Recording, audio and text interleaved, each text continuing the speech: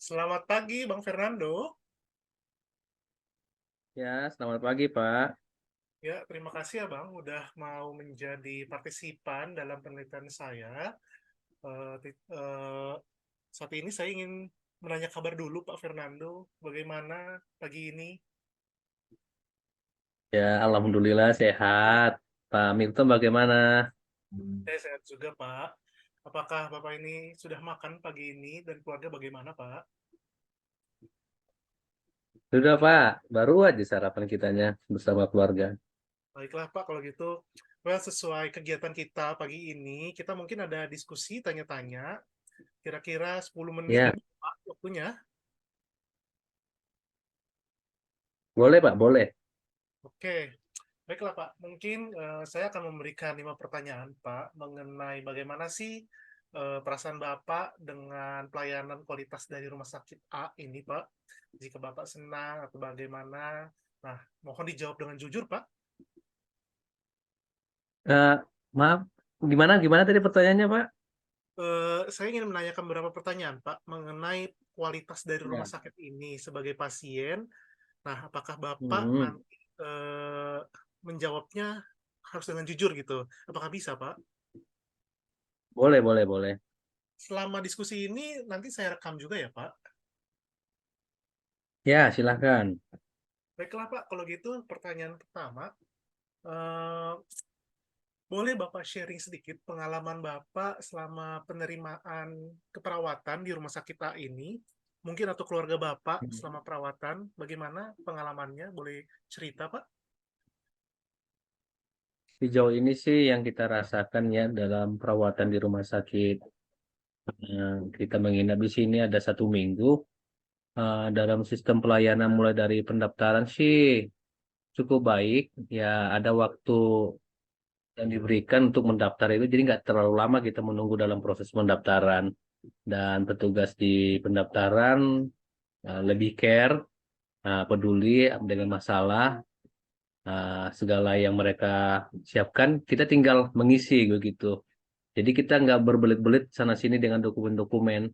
Mereka buka dokumen karena mungkin kita pernah juga dirawat di sini sebelumnya, jadi sudah tertera dokumen kita di sananya, dokumen medisnya. Jadi kita hanya simpel, hanya waktu cuman 10 menit lah kita di dalam proses pendaftaran. Nah, di dalam pelayanan UGD juga mereka bagus, dokternya, susternya langsung disambut kitanya dan fokus kepada permasalahan yang kita hadapi, masalah kesehatannya, dan langsung dia carikan dokter spesialis yang berkaitan dengan yang kita alami sakit sakit sakit saat itu.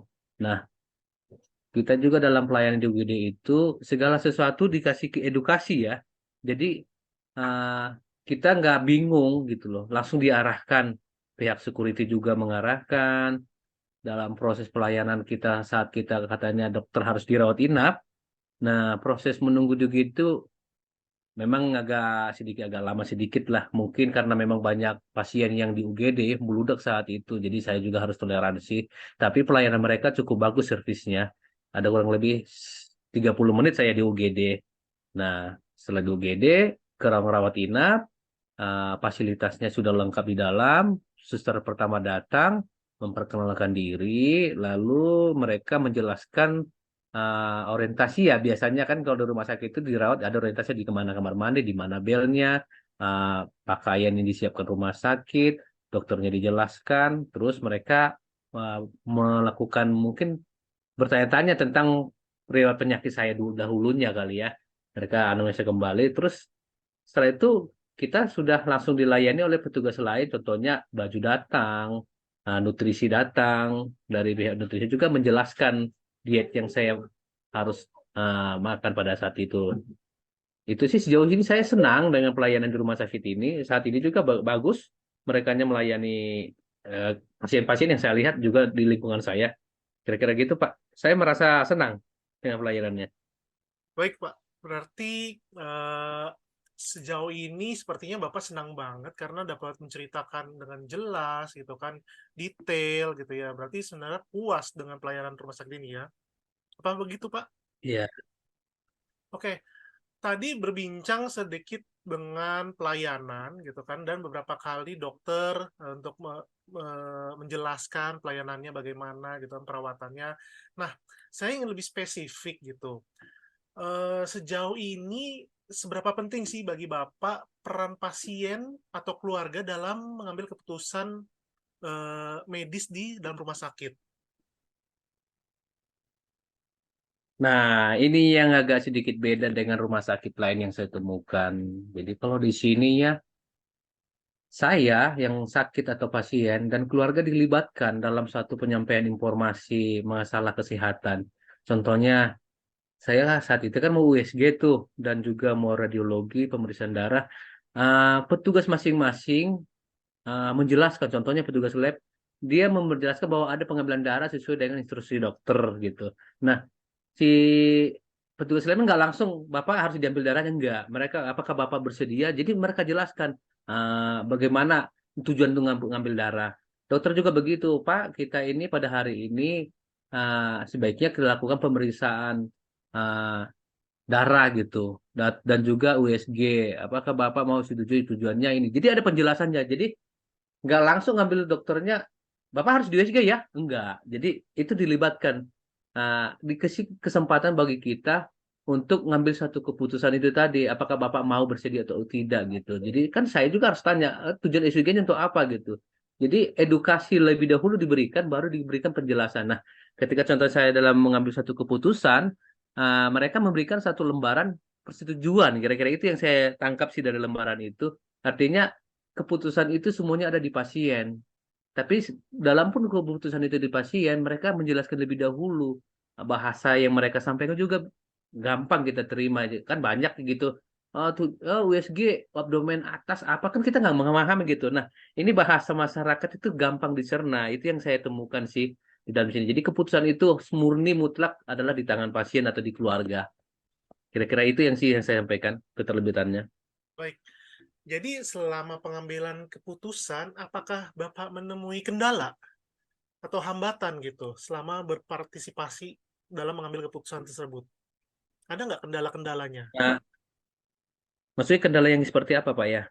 Misalnya kayak mau melakukan intervensi USG tadi gitu kan, pemeriksaan USG Ah, gitu. ah. Terus Bapak ngerti gitu kan, cuman ada kayak ngerasa apakah ini gitu ya yang harus diambil gitu. Nah, apakah Bapak bisa sampaikan gitu kendala-kendala tersebut? Misalnya, saya maunya X-ray gitu.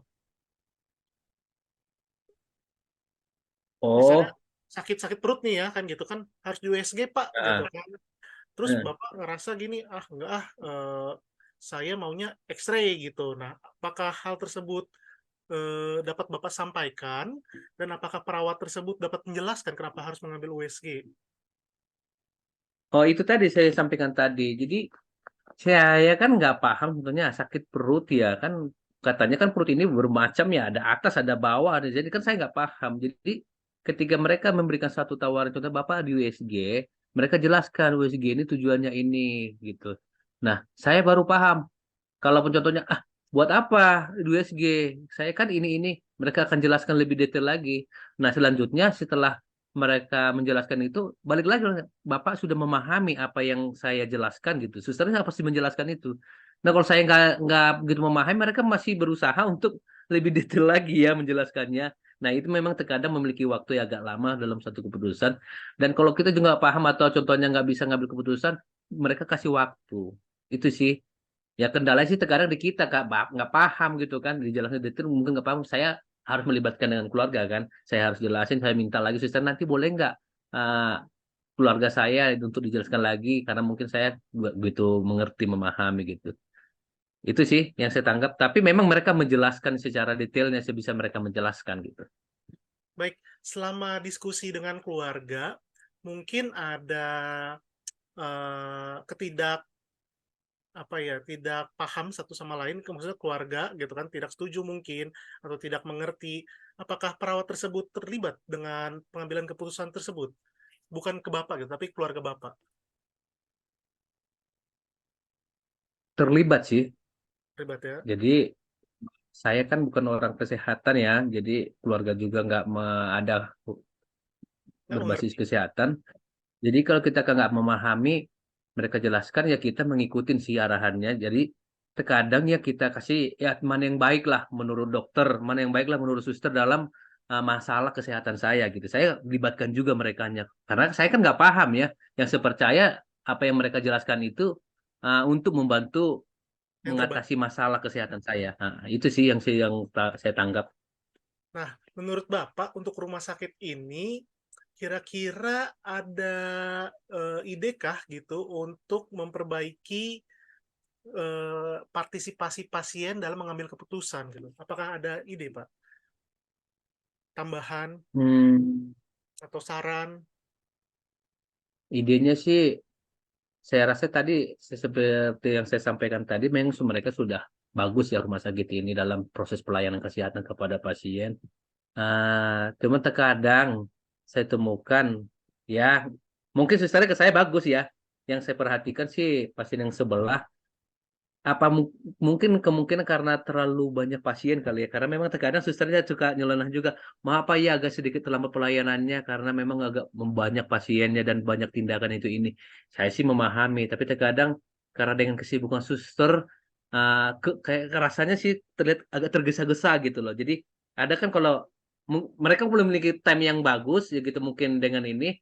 Nah, mereka lebih banyak bercerita ke kitanya lebih terbuka. Tapi kalau ada time-nya memang mereka jam sibuknya atau banyak proses itu mereka jawabannya bisa ya dan tidak ke pasien jadinya.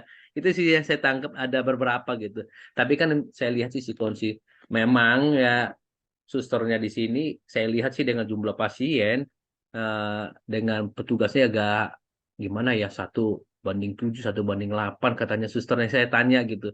Jadi memang mereka mungkin bisa kewalahan. Jadi saya harus memahami. Tapi sebagai pasien saya puas. Mungkin orang teman-teman saya tanya sih ada yang plus ada kurang juga sih. Agak tergesa-gesa aja yang saya lihat. Tapi bukan ini ya basic kondisi aja sih saya lihat itu nggak mayoritas seperti itu gitu. Baik, berarti tadi Tanya itu. disebutkan bahwa satu perawat menangani 7 pasien atau 8 pasien ya, Pak. Iya.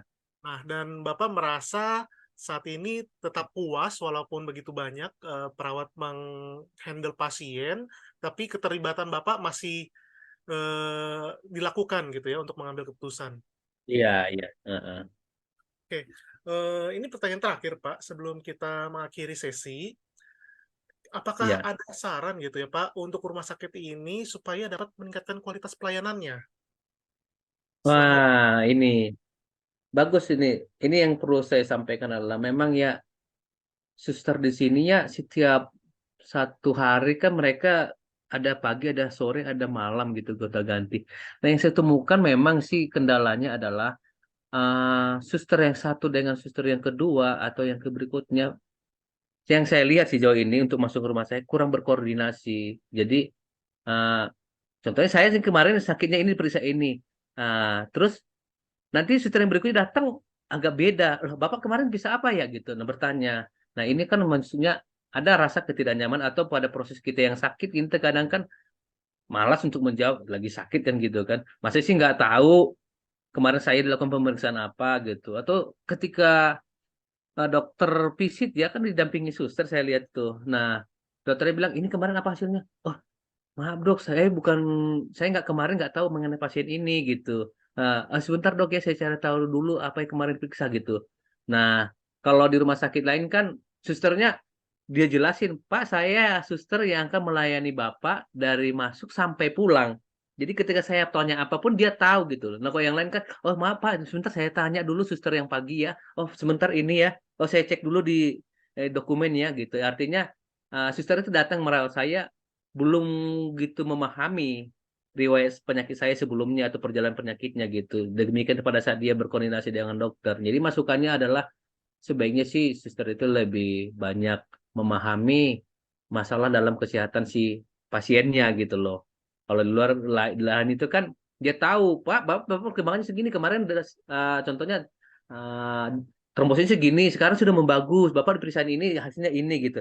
Jadi kita mengetahui perkembangannya. Kalau di sini kan yang saya temukan itu tadi bersama dokter, aduh dok saya nggak nemanin kemarin, aduh kurang tahu dok.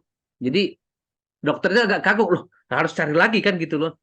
Nah, itu yang jadi miss-nya di situ. Itu yang saya temukan. Terus memang sih, maaf Pak ya, kemarin eh, saya ditarik ke sini Pak, susternya. Saya sebenarnya bukan pelayanan di sini. Saya ditarik gitu. Sering yang saya temukan gitu. Saya sebenarnya suster yang dari sana Pak, karena kurang tenaga saya ditarik. Jadi saya gak gitu paham apa yang Bapak masalah kesehatan Bapak. Itu sih yang saya temukan. Sebaiknya sih terkadang memang kita sering curhat sama susternya yang dengan petugasnya gitu. Bagaimana kalian di sini? Kenapa terlalu sibuk? Contohnya kita gitu. Iya, kami kekurangan tenaga. Yang selalu saya ketemukan sih kekurangan tenaga. Karena memang tadi saya tanya, "Terus kekurangan tenaga seperti apa?" Iya kan Pak, kami satu pasien merawatnya 7 atau sampai 8 orang. Terus kan sakitnya beda-beda. Ada yang juga yang sakit banget. Jadi kan contohnya satu pasien itu dia harus memang khusus menanganin itu. Tapi waktu saya harus batasin juga ke pasien lain gitu. Jadi keparahan pasien itu tidak dilihat. Yang dilihat itu adalah pembagian pasien satu perawat itu 8. Yang penting mau sakit apapun itu yang parah mau ini sama gitu loh perlakuannya. Seharusnya kan janganlah gitu. Kasihan kita melihat susternya ya. Jadi kadang kita mau komplain, kita merasakan pasien suster ini sih sangat sibuk gitu loh. Dia menolong orang lain, memperupayakan waktunya. Terkadang juga dia nggak makan, saya lihat kan. Lah suster udah makan belum gitu kan? Nanti bilang, aduh Pak, nanti saya belum masih ada pasien lain ini tindakan yang lain. Jadi waktu mereka saya lihat sih sangat sibuk dan juga memang kayaknya mereka juga harus katanya bikin laporan ya. Nah, laporan itu kayaknya mereka banyak di sananya gitu. Itu yang sih saya temukan ya katanya juga kalau nggak selesai ini nanti di ada dari manajemennya juga memberikan satu panis. Maksud saya uh, masuknya pada manajemen jangan paksakan pada karyawan Anda memberikan servis yang lebih sementara beban kerjanya kali ya sangat besar gitu. Karena sangat berisiko karena kan dia melayani manusia yang memiliki rasa gitu loh. Jangan sampai terlewatkan atau terbengkalai. Saya bagus mungkin karena saya lebih protek tapi yang lain terbengkalai gitu. Ya si baginya sih SDM-nya sih ditambah yang saya lihat kasat mata saya mereka kewalahan gitu loh. Bayangkan terkadang katanya saya tanya, "Loh, suster udah belum pulang?" Karena yang sebelumnya udah pulang. "Iya Pak, belum. Tugas saya belum selesai itu ini." Bayangin sampai jam 10. Seharusnya dia yang kerja sore jam 2 harusnya sudah pulang menurut saya ya kalau jam ininya. Terus loh, emang jam shiftnya seperti apa? Ya harus beres Pak baru kita pulang. Nggak boleh pulang kalau belum lengkap. Nah, terus itu dibayar nggak suster gitu? Maaf saya orang manajemen juga gitu dalam dalam satu institusi gitu. Ya nggak ada Pak gitu kan kasihan gitu jadi karena saya berpikirnya adalah ini sudah jamnya dia pulang saya nggak perlu lagi minta nah, ini sudahlah gitu loh besok masih bisa lah itu ini jadi kita pasien ini seperti memaklumi nah kan belum tentu pasien yang lain seperti itu gitu loh karena tadi kita merasakan beban kerjanya si suster itu berat besar 8 pasien yang dia harus tanganin mungkin kasus-kasus pasiennya juga beda-beda gitu kan. Nah, saran sih rumah sakit ya sebaiknya sih kasihlah mereka kinerja yang bagus. Jangan hanya memberikan suatu intervensi atau hal tuntutan gitu. Karena mereka juga memiliki keluarga, ada waktu untuk keluarga ya. Yang saya lihat dia banyak lama waktunya di sini. Kan berarti dia menghilangkan waktu untuk keluarga. Kasihan gitu kira-kira sih. Itu yang saya temukan Pak dalam rumah sakit ini. Tapi mereka posisionnya baik-baik. Baik, masalahnya tadi dia mungkin belum memahami pasien yang satu dengan yang lain karena ganti-ganti tadi kan gitu. Kadang ditarik gitu. Itu masalahnya Pak. Masukannya itu sih. Semoga sih rumah sakit ini lebih baik lah dalam pelayanan di pasien. Itu sih Pak. Baik, berarti bisa saya simpulkan jika ada salah mohon dikoreksi ya Pak. Ya, Dari sesi interview kita bahwa di rumah sakit ini Bapak senang dengan pelayanannya ya, mulai dari pendaftaran di ya, IGD gitu kan, terlebih dalam mengambil keputusan Bapak dilibatkan gitu kan dalam rencana dokter, apa yang akan dilakukan dan ya, dijelaskan. Cuman memang ada satu kendala yaitu bahwa pelayanan di rumah sakit ini susternya mungkin terbatas dan itu ya, menghasilkan adanya perbedaan pemberian pelayanan terhadap pasien A dan pasien B gitu ya. Mungkin yang satu ya, kecapean gitu kan. Dan lagi ada satu masalah lagi yaitu accountability mungkin dari perawat yang ditarik gitu dia tidak mengetahui pasiennya secara detail apa saja yang sudah pernah dilakukan atau yang akan dilakukan kepada pasien itu. Apakah benar, Pak? ya. Baiklah Pak, kalau gitu ini saja interview kali ini untuk topik partisipasi pasien dengan pengambilan keputusan di rumah sakit. Kira-kira Ya, ya. untuk kedepannya, jika Bapak mempunyai suatu unek-unek lagi, boleh disampaikan ke saya, Pak. Ya, baik. Terima kasih Bapak Milton atas wawancara ini. Semoga ada masukan yang untuk lebih baik lagi. Baik, terima kasih banyak Pak Fernando atas waktunya. Saya akhiri ya. Terima kasih, Pak. Ya, selamat pagi.